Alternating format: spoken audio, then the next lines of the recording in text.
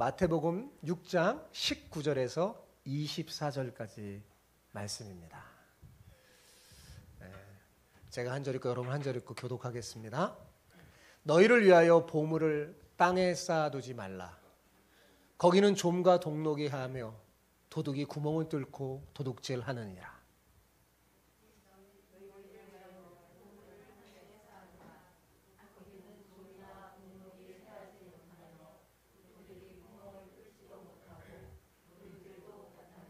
이렇게 힘이 없으세요.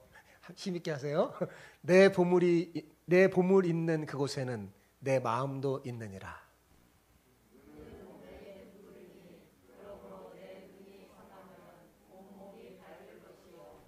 눈이 나쁘면 온몸이 어두울 것이니 그러므로 내게 있는 빛이 어두우면 그 어두움이 얼마나 더하겠느냐. 한 사람이 두 주인을 섬기지 못할 것이니 혹 이를 미워하고 저를 사랑하거나 혹 이를 중히 여기고 저를 경히 여김이라. 너희가 하나님과 재물을 겸하여 섬기지 못하느니라. 아멘. 인간의 문제는 대부분 돈과 밀접한 관계가 있습니다. 얼마나 많은 사람이 돈 때문에 울고 웃는지 모릅니다. 아마도 돈에 대해서는 나와 상관이 없다고 말하는 사람은 한 사람도 없을 겁니다. 여러분, 사람들이 돈을 어떻게 생각할까요? 내 인생을 행복하게 만드는 확실한 수단이라고 생각합니다. 힘을 과시할 수 있는 높은 깃발이요, 안전을 지켜주는 확실한 방패막이로 생각하죠. 더 나아가 내 생명과 건강까지도 보장해주는 절대적인 존재로 생각합니다. 그러니 오늘날 돈은 우리도 모르는 사이에 인간을 지배하는 신처럼 변해버리고 말았습니다. 돈은 우리의 정신을 지배하고 우리도 모르는 사이에 우리의 가치관까지 마음대로 뒤집어 놓습니다. 누구든지 돈을 그 사람의 인격과 신앙에 결부시켜 보면 거의 분명하게 그 사람의 정체가 드러납니다. 그런 면에서 우리는 돈에 대한 바른 신앙관을 정립하는 것이 무엇보다도 중요하다고 하겠습니다. 오늘 설교 말씀을 여러분 잘 들어서 돈에 대한 바른 신앙관을 확실히 정립하는 여러분 되시길 바랍니다. 여러분, 돈에 대해서 우리가 분명히 알아야 할 것이 있는데 그것은 돈이 복이 아니라는 사실입니다. 어리석게도 많은 사람들이 재물을 복이라고 여기며 그 재물이 자신을 잘 살게 한다고 생각합니다. 그래서 우리는 돈 많은 사람들을 보고 뭐라고 그래요? 잘 사는 사람이라고 말하잖아요. 아무 생각 없이 우리는 저 사람 잘 사는 사람이다 그러면 어떤 사람이에요? 부자요? 돈 많은 사람을 생각해요. 그죠? 그러나 이것은 대단히 잘못된 생각입니다. 돈 많은 사람은 그냥 부자이지 잘 사는 사람이 아니기 때문입니다. 그 사람이 잘 살고 못 사는 것은 돈만 가지고 판가름할 수가 없습니다. 또한 우리는 돈 없는 사람을 뭐라고 생각하며 말해요? 못 사는 사람이다 말합니다. 이거 좀 교정해야 돼요. 여러분, 이거 역시 굉장히 잘못된 생각이죠. 돈 없는 사람은 가난할 뿐이지 그 사람은 그 인생을 못 사는 게 아니기 때문입니다. 여러분, 돈 많은 사람은 그냥 뭐예요? 부자고 돈 없는 사람은 그냥 가난한 사람입니다. 돈에 많고 적음을 가지고 잘 살고 못 사는 것을 판가름하는 것은요, 참으로 어리석고 위험한 일입니다. 재물 자체는 복이 아니에요. 만약 여러분 생각해 보십시오. 재물이 복이라면 예수님 믿는 사람들은 다 부자가 돼야 될 겁니다. 왜요? 예수님을 믿으면 누구나 다 복을 받기 때문이죠. 그런데 예수님을 믿는 사람 중에는 어때요? 가난한 사람도 있고 부자도 있는 걸 보면 재물이 복이 아닌 것이 맞습니다. 또한 예수님을 믿지 않는 사람 중에서도 부자가 있는 걸 보면 틀림없이 재물은 뭐예요? 복이 아니죠. 그렇다면 여러분, 복은 무엇일까요? 복이 뭘까요? 하나님이 복입니다. 하나님 자체가 복이에요. 예수님이 복이에요. 그리고 그 복 자체이신 하나님을 자신의 주인으로 섬기며 맡기신 재물을 선한 청지기같이 잘 사용하는 사람이 복 있는 사람이요, 잘 사는 사람이라고 할 수 있습니다. 우리 오늘 옆 사람에게 이렇게 축복하면서 인사합시다. 주께서 맡기신 재물을 선한 청지기처럼 사용하는, 이렇게요. 시작. 주께서 맡기신 재물을 선한 청지기처럼 사용하는 복 있는 사람, 잘 사는 사람 되시기를 축복합니다. 복 있는 사람, 잘 사는 사람이 되시기를 축복합니다. 이렇게 좀 긴데 한번 해볼까요? 자, 시작. 주께서 맡기신 재물을 선한 청지기처럼 잘 사용하는 복 있는 사람, 잘 사는 사람 되시기를 축복합니다. 아멘. 오늘은 그렇게 만나는 사람마다 인사하세요. 그렇게요. 자, 19절을 보십시오. 오늘 보면 19절 같이 읽어봅시다. 너희를 위하여 보물을 땅에 쌓아두지 말라. 거기는 좀과 동록이 해하며 도둑이 구멍을 뚫고 도둑질하느니라. 여기서 예수님이 말씀하신 보물이란 사람들이 보물처럼 섬기는 돈, 재물을 말하는 겁니다. 24절을 보면 이것을 분명히 알 수 있어요. 그러니 예수님이 말씀하신 보물이 무엇인가 골똘히 생각할 필요가 없습니다. 뭐 이걸 분석해서 이 보물은 뭐다 이렇게 할 필요 없어요. 그냥 성경은 분명해요. 이 보물이 뭔지. 재물을 말하는 거예요. 돈을 말하는 거예요. 자, 그거보다 우리가 더 눈여겨봐야 할 것이 있는데 그게 뭐냐? 너희를 위하여라는 말입니다. 19절에 어떻게 시작해요? 너희를 위하여. 이 말이 중요해요. 자, 이걸 통해서 우리는 뭘 할 수 있습니까? 재물을 땅에 쌓아놓는 일이 우리를 위하여 좋은 일이 아니라는 것을 알 수 있습니다. 그렇죠? 재물을 이 땅에 쌓아놓는 그 일, 우리를 위해 좋지 않다고 예수님이 말씀해 주십니다. 자, 그런데 우리의 실상은 어떻죠? 우리의 실상은 어때요? 많은 사람이 어떻게 살아요? 재물을 땅에 쌓아놓고 살잖아요. 왜 그럴까요? 그것이 자기를 위하여 가장 좋은 일이라고 생각하기 때문입니다. 그리고 세상에 많은 책들과 또 많은 또 유명한 사람들이 그렇게 강연해요. 재물이 최고다. 재물이 정말 가장 나를 위해 중요한 일이다. 부모도 자식도 필요 없고 결국 남는 것은 돈이다, 재물이다. 그렇게 말하잖아요. 그래서 실제로 많은 사람이 자신을 위하여 재물을 어디에 쌓아요? 땅에 쌓아둡니다. 그런데 예수님은 그것이 우리를 위하여 좋은 일이 아니라고 지금 말씀하고 계시는 거예요. 그러면 예수님은 왜 이처럼 말씀하는 걸까요? 이 땅에는 좀과 동록이 하여 도둑이 구멍을 뚫고 도둑질하기 때문이라고 말합니다. 여러분, 이게 좀 비유적인 말씀이에요. 이게 무슨 말이냐면 땅에 쌓아둔 재물은 결국 탐욕이라는 좀, 동록, 도적으로 인해서 우리 인생을 망치고 헛되게 할 것이기 때문이라는 거예요. 그래서 우리에게 좋지 않다는 거예요. 땅에 재물을 쌓아두면 언제든지 잃어버릴 수 있습니다. 무엇보다도 세상 향락과 쾌락에 빠져 더 소중한 하나님 나라를 잊어버리고 그렇게 살게 돼요. 그러면 우리는 헛된 인생을 살게 되고 이 땅에서 헛되게 살다가 빈손으로 하나님을 뵙게 됩니다.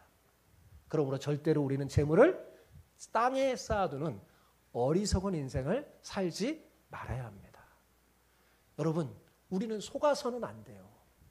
우리의 진짜 보물은 돈이 아니라 우리를 천하보다도 귀한 존재로 창조하신 하나님이며 죄에 빠진 우리를 구원해 주신 하나님, 그래서 하나님 나라 백성으로 삼으신 예수님이 복입니다.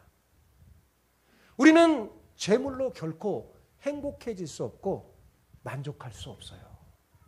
하나님이라는 보물 외에는 우리를 진정으로 행복하게 하고 만족하게 해줄 것이 없기 때문입니다. 여러분, 우리가 바라고 욕심내던 것 얻게 되면 어때요? 처음에는 어느 정도 행복하고 막 만족합니다. 그러나 어때요? 조금만 시간이 지나면 그저 그런 것이 되어버리고 맙니다. 여러분 다 경험해 보셨죠? 어떤 거 막 갖고 싶었는데 그걸 갖거나 그러면 너무 처음에는 좋다가 그게 그리 오래 못 가요. 아주 그냥 평범한 것이 돼버리고 맙니다. 왜 그럴까요, 여러분? 왜 그런 걸까요? 우리는 그것으로는 온전히 만족하고 행복할 수 없는 존재로 만들어졌기 때문입니다. 하나님 외에는 우리는 결코 만족할 수 없어요. 물론 돈이 주는 만족이 있죠. 그래서 사람들은 돈 하는 겁니다. 그런데 문제는 아무리 돈을 많이 쌓아놓고 쌓아놔도 만족하고 행복할 수 없다는 데 있습니다. 예를 들어볼까요? 굳이 다른 데 아니라 성경에 드러난 여러분이 잘 아는 세상의 부귀영화를 누리는 일에 있어서 최고 갑부였지만 하나님을 떠났던 사람 누구예요? 솔로몬의 최종 고백이 뭡니까? 그의 최종 고백이 담긴 책이 전도서예요. 전도서 딱 피면 첫 번째로 나오는 게 뭐냐면 헛되고 헛되고 헛되고 헛되며 헛되고 헛되니 모든 것이 헛되도다. 그것이 돈이 그렇게 많고 모든 부귀와 영광을 다 누려본 사람의 고백이에요. 솔로몬은 누구보다도 돈이 많아서 부귀와 영화와 쾌락을 맛보았지만 결코 행복하거나 만족할 수가 없었어요. 솔로몬이 왜 만족할 수 없었을까요? 하나님이라는 진짜 보물을 잃어버렸기 때문입니다. 다행스럽게 전도서 마지막에 보면 그가 이 보물을 되찾아요. 하나님이라는 보물을 되찾죠. 여러분, 사람들은 자신의 불만족과 불행의 원인을 소유에 넉넉하지 못함에서 찾습니다. 그러므로 자신이 부자가 되면 만족하고 행복해질 줄 알고 열심히 땅에 재물을 쌓지만 성경은 말합니다. 그것이 너희를 위해 좋지 않다고, 어리석은 일이라고, 헛된 일이라고 가르쳐 줍니다. 재물은 우리가 생각하는 것처럼 우리를 복되게 하는 보물이 아닙니다. 그러므로 부자가 되는 것을 인생의 목적으로 삼아서는 안 됩니다. 그것을 성공으로 생각해서도 안 돼요. 물론 부자가 되는 것 자체가 나쁜 게 아닙니다, 여러분. 그러나 그것을 인생의 목적으로 삼을 만큼 중요한 일이 아니라는 겁니다. 그렇다고 해서 여러분 돈 자체가 화가 되는 것도 아닙니다. 돈은 선도, 악도, 복도, 화도 아닙니다. 돈은 정직하게 벌어서 하나님의 뜻대로 바로 쓰면 어떻게 될까요? 그게 선이 되고 복이 됩니다. 그러나 돈을 정직하게 벌지 못하고 또 하나님의 뜻대로 사용하지 않고 자기 배만 불리면 어떻게 될까요? 그게 악이 되고 화가 되는 거죠. 선과 악, 복과 화는 우리 사람에게 달린 거지 돈에게 달린 게 아닙니다. 성경은 돈을 사랑함이 일만하게 뿌리가 된다고 경고해 줬습니다. 자, 디모데전서 6장 10절을 보십시오. 같이 읽어볼까요? 시작. 돈을 사랑함이 일만하게 뿌리가 되나니 이것을 사모하는 자들이 미혹을 받아 믿음에서 떠나 많은 근심으로써 자기를 찔렀도다. 여러분, 이 말씀은 돈을 사랑하는 것이, 돈을 어떻게 하는 것이요? 돈을 사랑하는 것이 일만하게 뿌리가 된다는 말씀이지 돈 자체가 일만하게 뿌리가 되는 것이라는 말씀이 아니에요. 이것을 잘 구별하지 못하면요, 참으로 엉뚱해지기 쉽습니다. 그리고 그 엉뚱한 생각 중에 하나가 뭐냐? 무조건 돈을 죄악시하는 거예요. 예. 그리고 무조건 돈 많은 사람 막 정죄하고. 그것은 잘못된 생각입니다. 돈 자체가 우리에게 복을 주거나 화를 주지 못해요. 돈에 대한 우리의 생각 자체가 우리에게 복을 주고 화를 주는 겁니다. 그것은 돈뿐만 아니라 다른 모든 것도 마찬가지죠. 그러므로 우리는 돈에 대해서 바른 균형 감각을 가지고 살아야지 인생을 진짜 잘 살 수 있습니다. 땅에 보물을 쌓아두지 말라. 예수님이 이렇게 말씀하시니까 이 말씀을 저축해서는 안 된다는 말씀으로 오해하는 분들도 계세요. 이들은 무조건 돈을 죄악시하면서 저축하는 것이 믿음 없는 불신앙이라고 생각합니다. 그러나 이 말씀은 돈을 하나님처럼 믿고 의지하지 말라는 말씀이지 돈에 대해서 바른 계획을 세우고 규모 있게 사는 것 자체를 금한 말씀이 아닙니다. 여러분, 성경은 저축을 금하지 않아요. 오히려 노후와 어려운 때를 위하여 미리 저축해두는 것을 지혜로 가르쳐주죠. 개미에게서 지혜를 배우라. 그렇게 가르쳐주잖아요. 여러분, 요셉이 이집트의 그 7년 흉년의 때를 잘 견디고 많은 사람들을 그리고 주변의 나라들 수많은 사람을 살릴 수 있었던 것은 왜 그랬습니까? 그가 하나님의 지혜로 창고를 지어서 저축했기 때문입니다. 그죠? 이것은 무조건 하나님의 뜻을 생각하지 않고 자기를 위해서만 창고를 짓다가 목숨을 잃은 누가복음에 나온 어리석은 부자하고는 완전히 다른 겁니다. 그죠? 다른 거예요. 그 사람이 다른 거죠. 예. 사람. 그 재물을 대하는 사람 자체가 다른 거죠. 사랑하는 성도 여러분, 저는 여러분이 돈에 관하여서 바른 신앙관을 가지고 좌로나 우로나 치우치지 않고 살아갔으면 좋겠습니다. 돈은 선도 아니고 복도 아닙니다. 악도 아니고 화도 아니에요. 돈에 대한 바른 신앙관을 가지고 진짜로 복되고 아름다운 인생을 사는 여러분 되시기 바랍니다. 네, 그러면 좀 더 제 얘기를 잘 들으면 여러분이 더 확실한 신앙관을 가지고 규모 있게 재물을 사용할 거예요. 사실은 여러분 돈을 어떻게 쓰느냐가 굉장한 그 사람의 믿음이 달려있는 거예요. 교회도 마찬가지고 개인도 마찬가지고요. 자, 20절을 보십시오. 같이 읽어봅시다. 오직 너희를 위하여 보물을 어디에요? 하늘에 쌓아두라. 거기는 좀이나 동록이 해하지 못하여 도둑이 구멍을 뚫지도 못하고 도둑질도 못하느니라. 자, 이 말씀에서도 우리가 눈여겨보아야 할 게 뭘까요? 너희를 위하여라는 말이에요. 그죠? 그런데 19절과 달리 뭐가 더 붙였어요? 오직. 그죠? 오직 너희를 위하여. 이 수식어를 더 달고 있어요. 무슨 말씀입니까? 재물을 하늘에 쌓아두는 일이야말로 진짜로 우리를 위하여 좋은 일이라는 겁니다. 이해가 되셨죠? 네. 그렇다면 우리가 어떻게 해야 보물을 하늘에 쌓아두는 걸까요?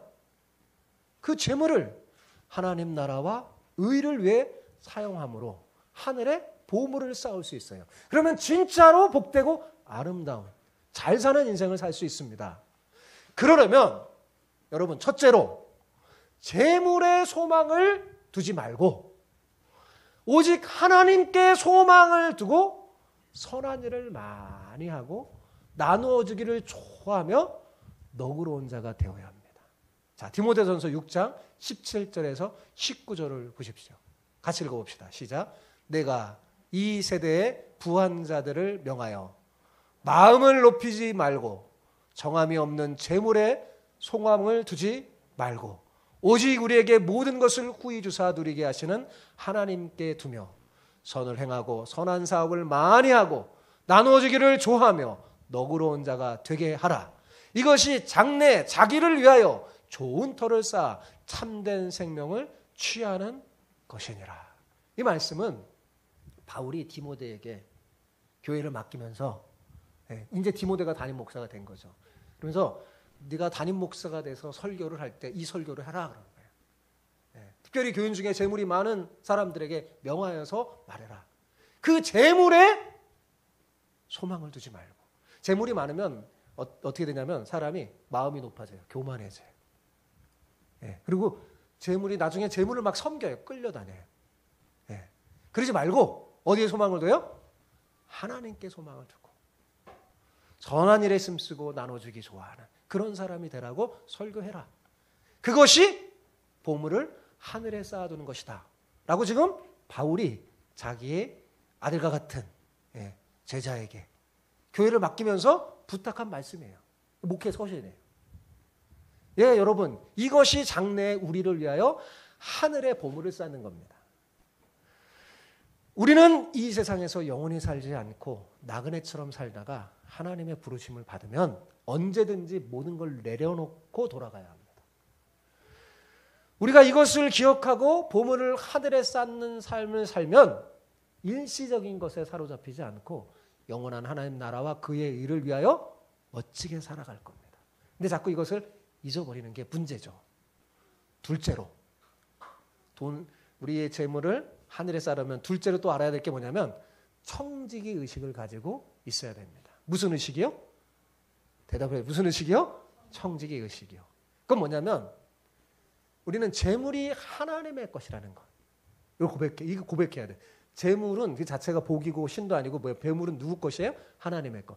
우리는 재물이 하나님의 것이고 우리는 이 하나님의 것을 잠시 맡아서 관리하는 청직이라는 사실을 잊어버리면 안 됩니다.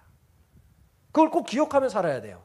우리는 언젠가 하나님 앞에 서서 하나님이 이 주신 재물을 어떻게 사용했는지 결산하게 될 겁니다.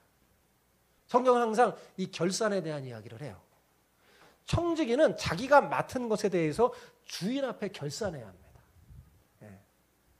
세상도 그렇잖아요. 그래서 뭐예요?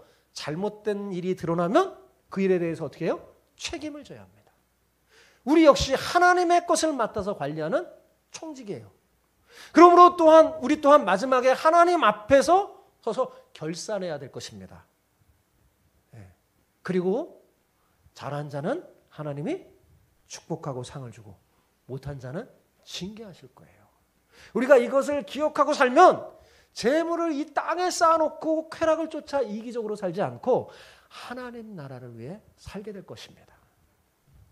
자신을 위해 내 육신과 세상을 위해 사용한 재물은요, 세상을 떠날 때요 모두 다 내려놓고 가고 다 사라져 버립니다. 그러나 우리가 하나님 나라와 그 일을 위해 사용한 재물은 영원한 하늘의 창고에 보관되어 있어요. 우리가 하나님 나라를 위해서 헌금하고 구제하고 하는 그 일은 하늘에 쌓는 보물이 됩니다. 예수님은 지극히 작은 소자에게 냉수 한 컵 준 일도 결탄코 그 상을 잃어버리지 않을 것이라고 했어요. 우리가 하나님 나라를 위해 쓴 그 재물은 사라지지 않아요. 하늘의 창고에 차곡차곡 쌓이는 거죠. 또 우리가 이 보물을 하늘에 쌓아야 될 또 한 가지 이유가 있는데 그것은 바로 보물이 있는 곳에 우리의 마음도 있기 때문입니다. 자, 21절을 보십시오. 시작. 내 보물이 있는 그곳에는 내 마음도 있느니라. 우리가 재물을 땅에 쌓으면 보물이 땅에 있는 줄 알고 우리 마음이 어디 있을까요? 땅에 있어요. 재물에 있어요. 그게 보물인 줄 알고.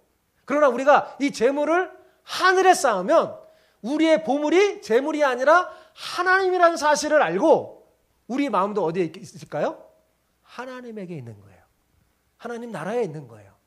우리가 재물의 마음을 빼앗겨서 쾌락과 탐욕을 위해 살아간다면 사탄은 우리를 마음껏 조롱하면서 죄의 노예로 살게 할 겁니다. 사탄이 제일 좋아하는 거예요. 네. 그러면 어떻게 될까요? 우리는 세상을 쫓아 살다가 눈 뽑힌 삼손처럼 모든 것을 잃어버리는 비참한 신사가 되고 말 겁니다. 그러므로 우리는 재물을 어디에 쌓아요? 하늘에 쌓아서 아예 처음부터 사탄의 유혹을 차단해야 돼요. 재물을 하늘에 쌓아놓는 일을 하면 어떻게 되냐면 우리가 이 돈의 노예가 안 돼요.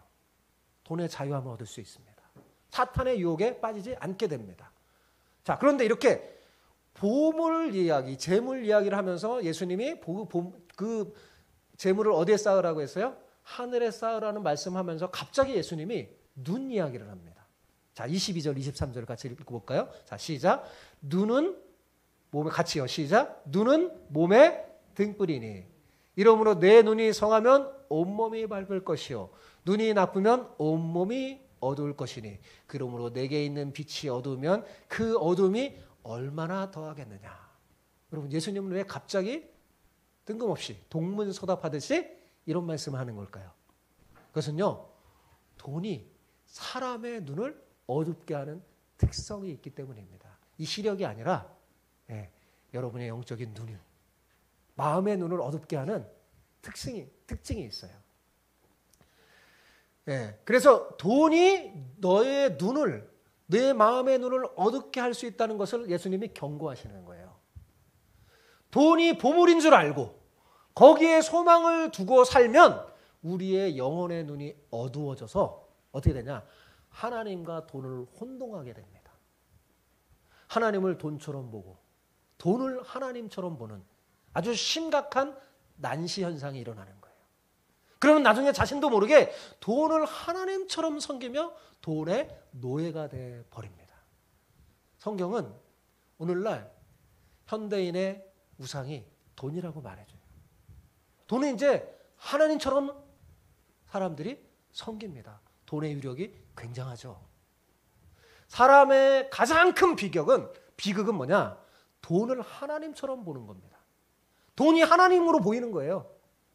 특별히 그리스도인에게 돈이 하나님으로 보이면 어떻게 될까요? 영적으로 최악의 상태에 빠집니다.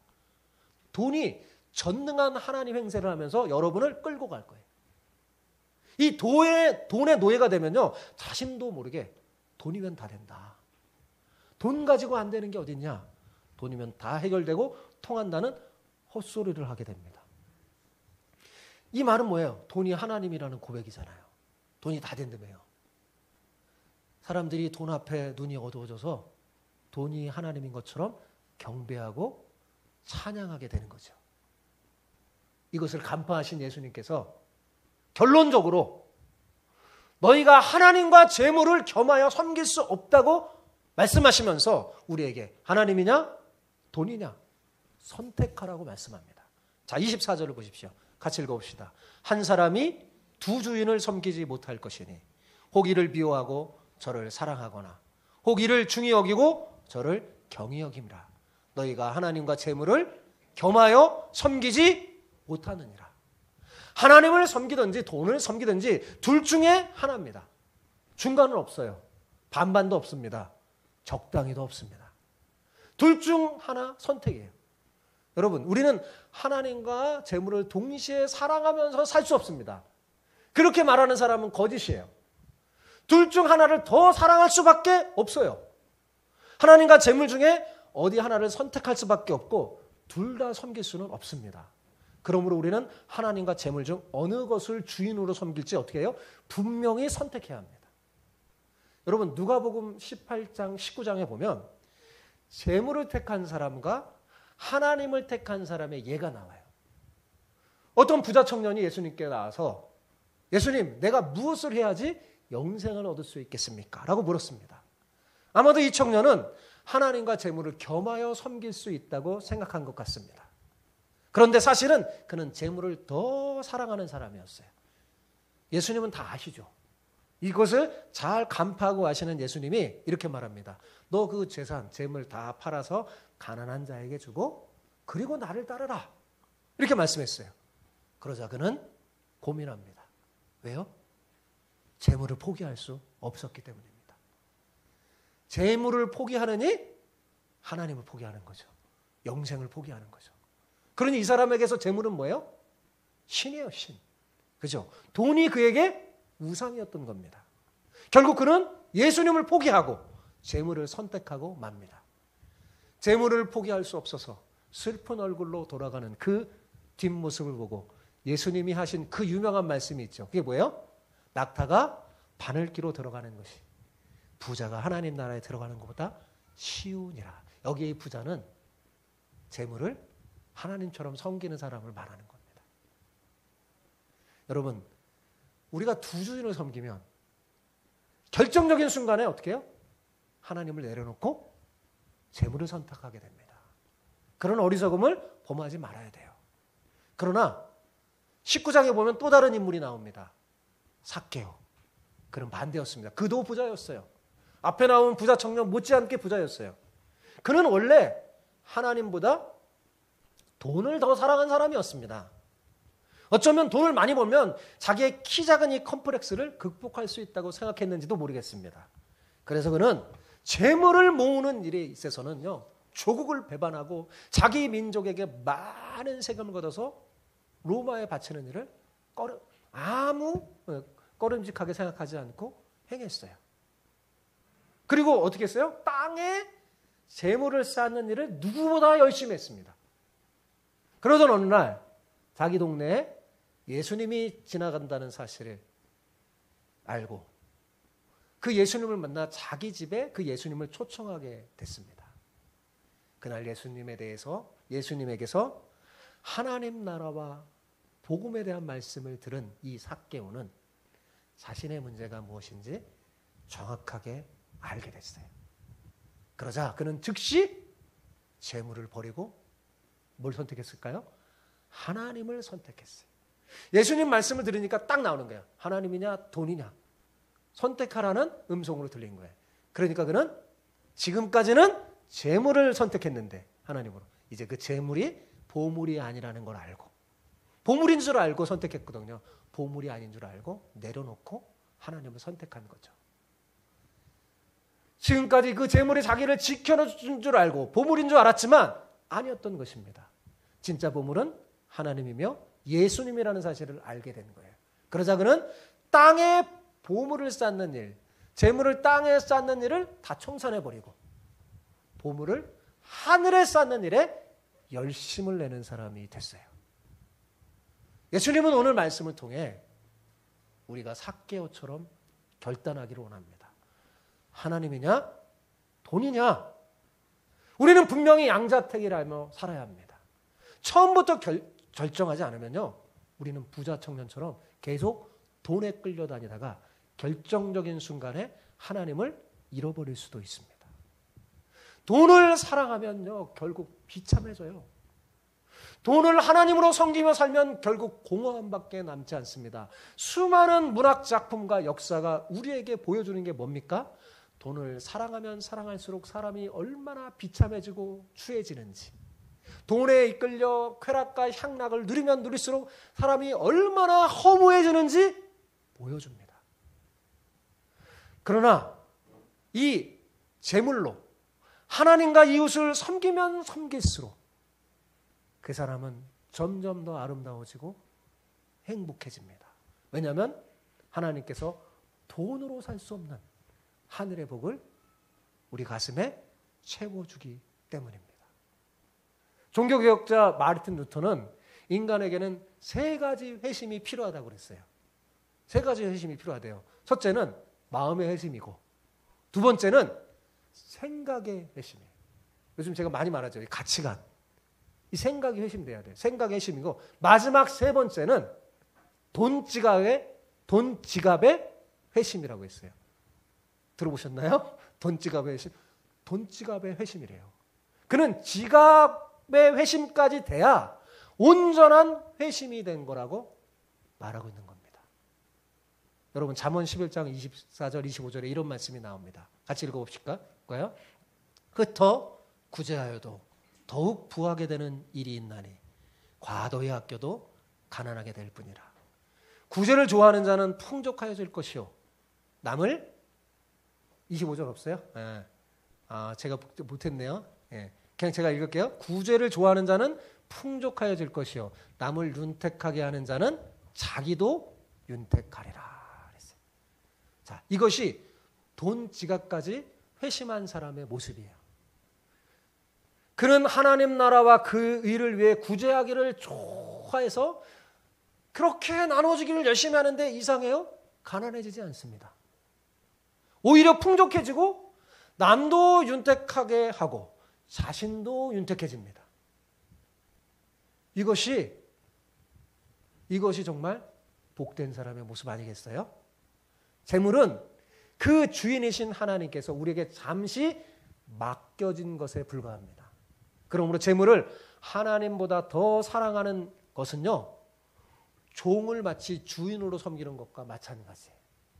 우리가 땅에 본음을 쌓으면 재물은 우리를 자기의 노예로 삼습니다. 하나님처럼 행세해야 하면서 우리를 끌고 다녀요. 그러므로 우리는 하나님 대신 재물을 주인으로 섬기지 않도록 주의하고 노력해야 돼요. 우리는 하나님이 주신 재물을 하나님 나라와 그 일을 위해서 사용해야 합니다. 우리가 하나님을 주인으로 섬기고 그 뜻대로 행하면 우리는 재물을 이제 종으로 삼을 수 있어요. 그러나 재물을 하나님처럼 섬기고 그렇게 살아가면 그 재물의 노예가 되고 말 것입니다. 그러므로 우리는 세상에 소망을 두지 말고 어디에요? 하늘에 소망을 두고 땅에 보물을 쌓지 않도록 조심해야 합니다. 하늘에 쌓아야죠. 사랑하는 성도 여러분, 말씀을 정리해 봅시다. 어때 잘 돈에 대한 신앙관이 정립됐는지 모르겠어요. 이 설교는 꼭 한번 다시 들어봤으면 좋겠어요. 여러분, 돈은 복이 뭐예요? 아닙니다. 네. 돈이 우리를 잘 살게 하는 보물이라는 사탄의 속임수에 넘어가서는 안 됩니다. 많은 사람이 사탄에 속아서 돈을 보물처럼 여기며 땅에 쌓으라고 얼마나 열심히 살며 헛된 인생을 사는지 몰라요. 우리는 그 세상 사람들에게 우리의 진정한 보물이 재물이 아니라 하나님이심을 보여주며 살아야 합니다. 그리스도인은 그렇게 살아야 돼요. 어떻게 보여줄 수 있을까요? 어떻게 해요? 재물을 땅에 쌓지 않고 하늘에 쌓는 그 삶을 보여줌을 통해서, 그것을 통해서 보여줄 수 있어요. 자, 하늘에 재물을 쌓잖아요. 그럼 어떻게 되냐면 우리 눈이 밝아져요. 우리가 하늘에 재물을 쌓는 거예요. 여러분, 우리가 제대로 된 물질을 사용하고 헌금하는 걸 제대로 해야지 이 재물의 노예가 안 됩니다. 정말 이 재물을 가지고 예수님이 가르쳐준 대로 하늘에 보물을 쌓으면 우리 영혼의 눈이 밝아져서 어떻게 될까요? 하나님이 진짜 보물인지 알게 됩니다. 그러면 더는 돈에 끌려다니지 않고 자유를 얻게 돼요. 돈에 대해서 자유를 얻게 돼요. 그 결과 정함이 없는 재물에 소망을 두지 않고 우리에게 모든 좋은 것을 주시는, 그것도 후히 주시는 아버지 하나님께 소망을 두어서 재물로 선을 행하고 선한 사업을 많이 하고 착한 일을 하고 나누어 주기를 좋아하는 멋진 사람이 됩니다. 이것이 하나님이 기뻐하는 삶이요, 하늘에 보물을 쌓는 삶이에요. 사랑하는 성도 여러분, 여러분 모두 주께서 맡기신 재물을 선한 청지기처럼 잘 사용하는 복 있는 사람이 되어서 하나님 나라를 앞당기는 진짜 잘 사는 사람이 되기를 축복합니다. 아멘.